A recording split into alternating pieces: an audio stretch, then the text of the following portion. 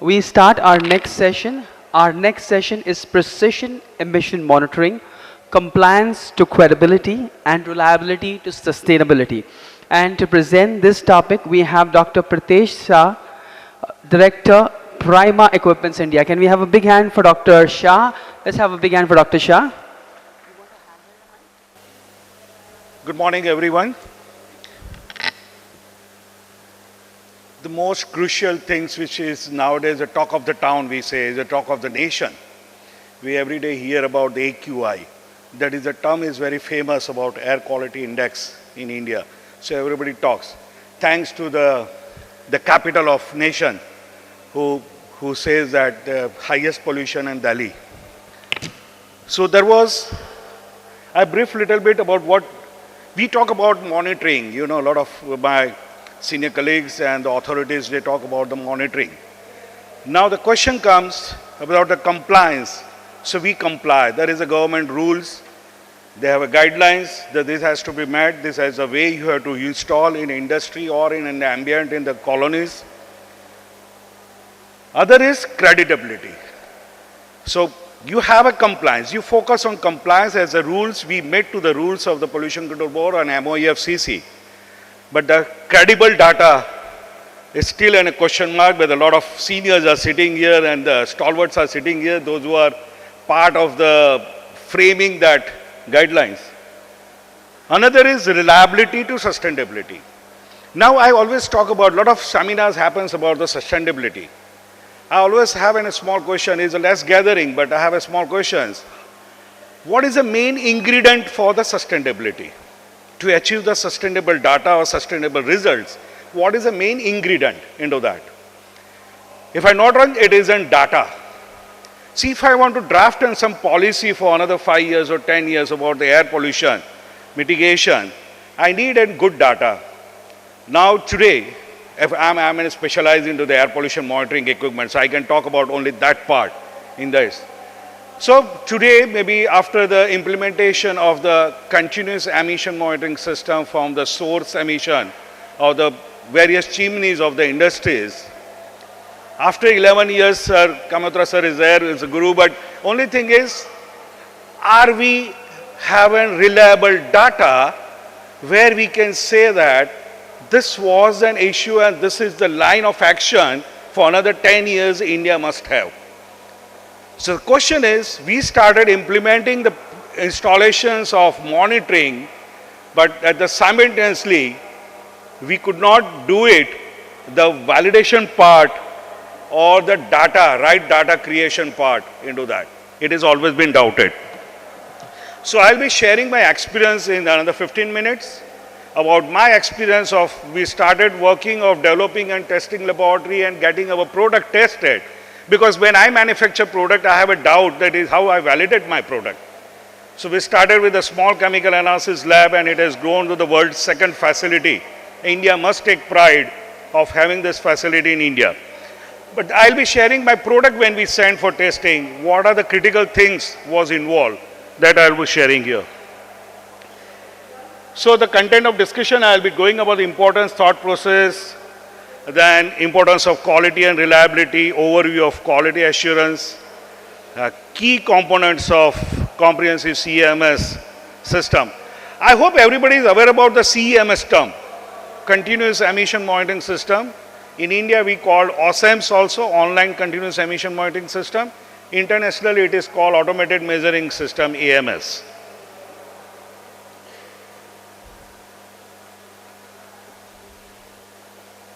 So the practice of performance testing and developing a reliability of measurement data to achieve, I'll read out because we have a short of time in that.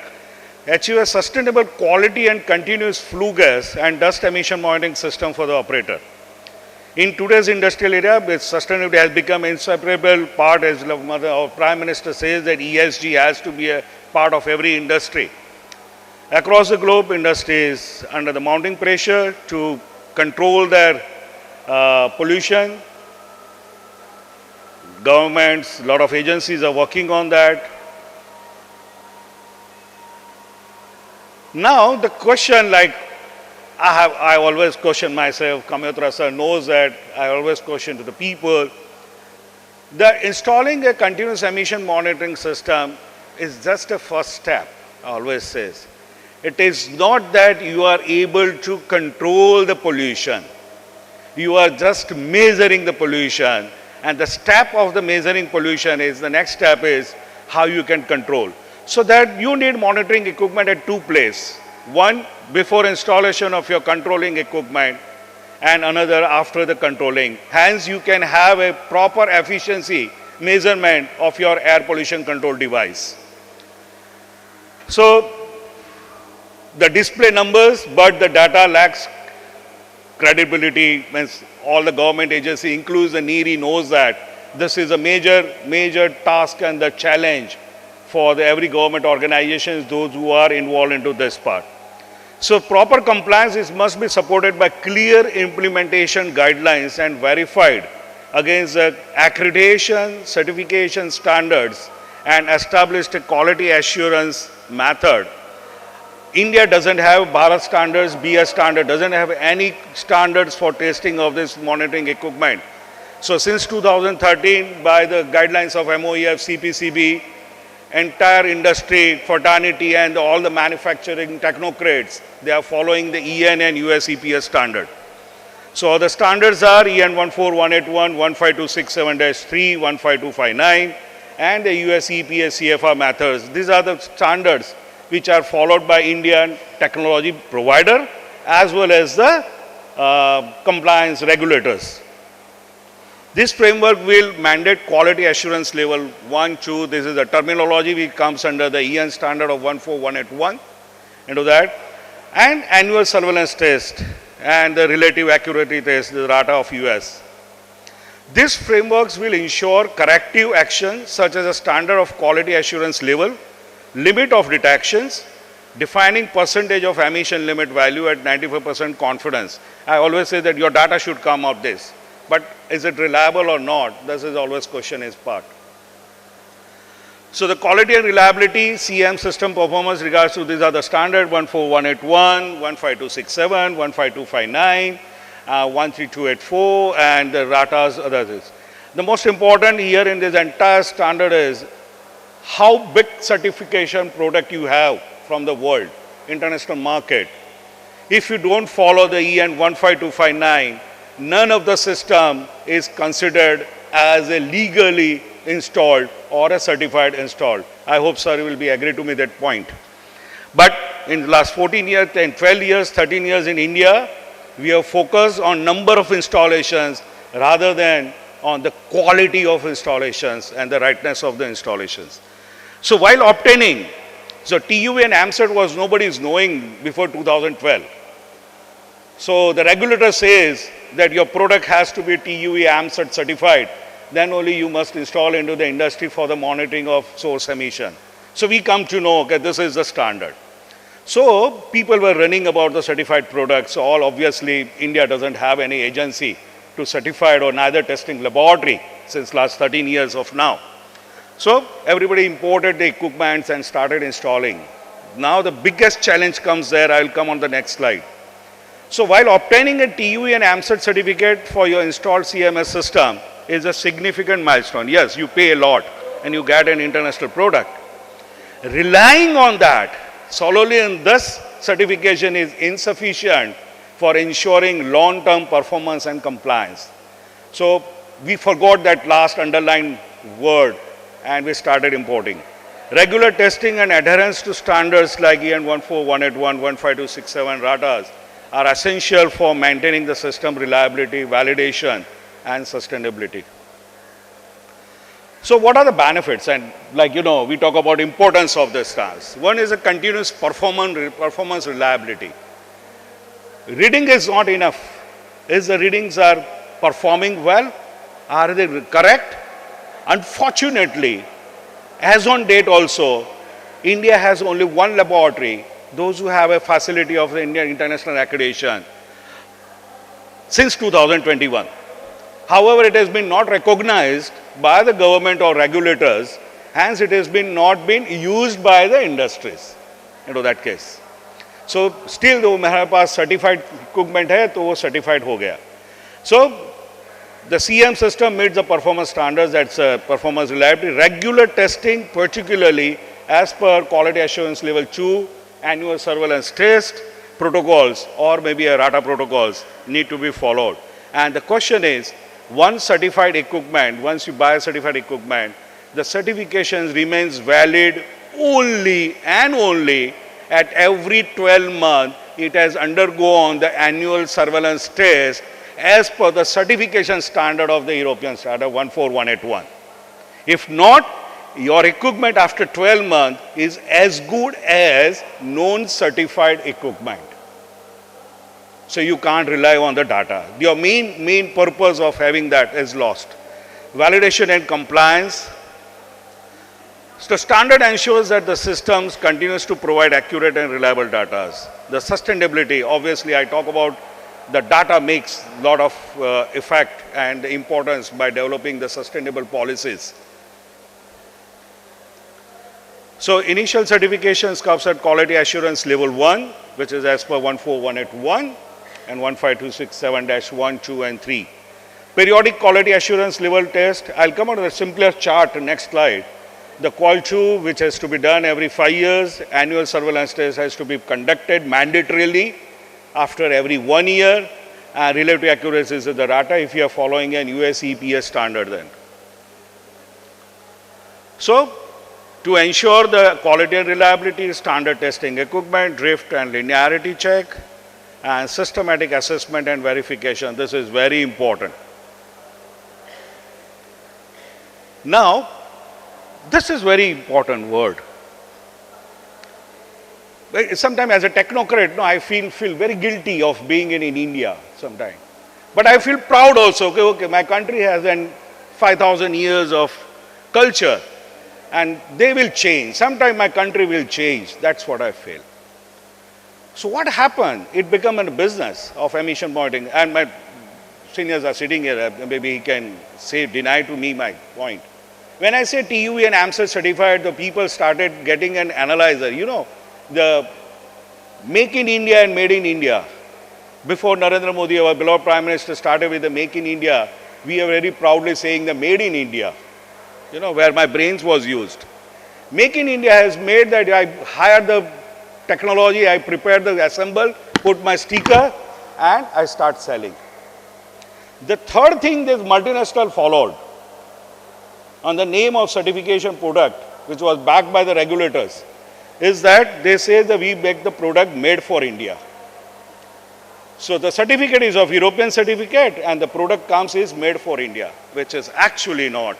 So the complete system has to undergo for the testing, not only the analyzer. And that is the biggest thing which has happened in last 12 years, where the Indian industry has spent more than $10 billion of investing on the government regulations about the emission monitoring system. So these are the procedures for the testing. That is quality assurance level 1 comes under 152671, where defined that your factory has to be QMS. Your manufacturing place has to be QMS certified. Your entire CE certified at the place where you manufacture the equipment. 15267, that are protocol of the equipment where your locking system, password system, all the things has been derived.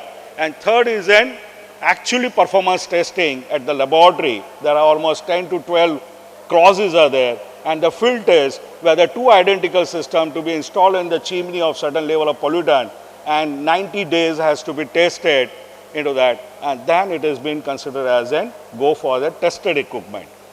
So this is very interesting slide that you only have to decide. I will not come into decision on that part. What actually has happened in last 13 years or 14 years in India. So call 1 when? The manufacturer before installation, call 2 post installation, during operation, which is operator has to do, AST is every, this. So now this is once, that is 5 years, that is continuously, and the another is annually. Now, who will do it? Now, this is the most important part. Who will do it? So, one is an accredited laboratory. Second is accredited laboratory. And the fourth one is accredited laboratory.